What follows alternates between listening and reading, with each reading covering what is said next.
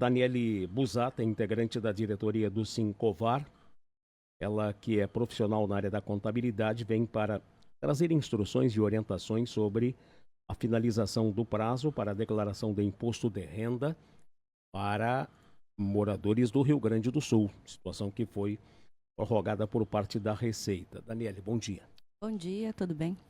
Quais são as orientações básicas em termos de documentação, daquilo que deve ser declarado, daquilo que tem que se observar com muito cuidado no ajuntamento do material ao longo do ano para se fazer uma declaração sem problemas com o leão? Bom, primeiramente, né, a gente sempre pede que o contribuinte, ele então guarde todas as despesas que ele teve com o médico, com educação, se possui filhos que ele lança como dependente, essas despesas dos filhos também ele deve guardar, né? E hoje em dia a gente tem uma facilidade, e não é deste ano exclusiva, mas vem nos ajudar muito, que é a gente consegue baixar a declaração pré-preenchida da Receita Federal através do Gov.br, né? A senha Gov, ela veio a facilitar aí. Então, praticamente a gente solicita, né, que se não for um problema divulgar essa senha para o contador, né, ou ele então passar através de um acesso remoto, fazer a declaração abaixo dela pré-preenchida. Mas basicamente, então, teria que pegar os informes de rendimentos das fontes pagadoras. Então, se ele é um funcionário, por exemplo, com carteira assinada, ele pede para o empregador dele esse informe de rendimentos e ali vai, inclusive, demonstrar se ele é obrigado ou não a declarar através do valor, né?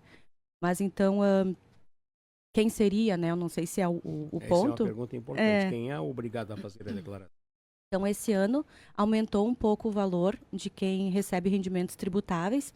Entra aí salário, rendimentos de aluguel, aposentadoria. Passou a ser de R$ 30.639,90. Acima deste valor já é obrigado. No ano. No ano. Uhum. Quem recebeu rendimentos isentos acima de 200 mil também já é obrigado. Quem movimentou ações na Bolsa acima de 40 mil se tornou obrigado. E quem tem bens e imóveis, enfim, em propriedade em seu nome acima de 800 mil. Era 300 até o ano passado e esse ano aumentou esses números, né? Os MEI e aposentados.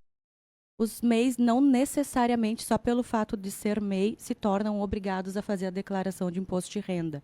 O MEI, ele tem a declaração do CNPJ anual, né, no final do ano, mas a gente sabe que nem sempre às vezes a pessoa precisa de um financiamento, comprovação de renda, nem sempre a entidade financeira aceita somente a declaração do MEI. Então, muitas vezes o MEI também tem outras rendas, é importante fazer a declaração para essa finalidade, né? A declaração de imposto de renda no final do ano, ela é um ajuste de todas as rendas que a pessoa veio a ter no meio do ano. Então, a gente faz um compilado de tudo. Aposentados? Aposentados depende o valor que eles recebem também. Então, tudo, a gente tem que respeitar ali o rendimento tributável. Se o aposentado recebe acima dos 30 mil, ele é obrigado a declarar. O que é que pode ser deduzido no imposto de renda? Você pode deduzir, então, despesas com educação, né, de filhos e do próprio titular da declaração. Se o filho for dependente, claro. Você pode deduzir despesas médicas, com clínicas, exames. Não é dedutível despesas com farmácia, isso é uma dúvida comum, apesar de ser do segmento de saúde, né? Mas é só plano de saúde, então, médicos, clínicas que realizam exames. O plano de saúde é deduzível? É dedutível. Uhum. Tratamento odontológico? Também, tratamento odontológico, com psicólogos, também é dedutível. Tem limite? Não, despesas com saúde não tem limite. E quem deixou de fazer a declaração 1 ou 2 anos, como é que fica? Se ela era obrigada a declarar, provavelmente já deve estar com o CPF bloqueado. Até que idade a obrigatoriedade? A obrigatoriedade é a partir do momento que tu tem renda, né?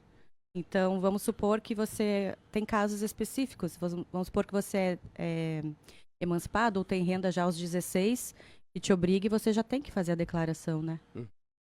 E atinja o valor Desde necessário. que atinja o valor necessário, exatamente. E o prazo é agora o final do mês. Como você bem comentou, para as cidades atingidas que foram decretadas em calamidade, é até sexta agora, então.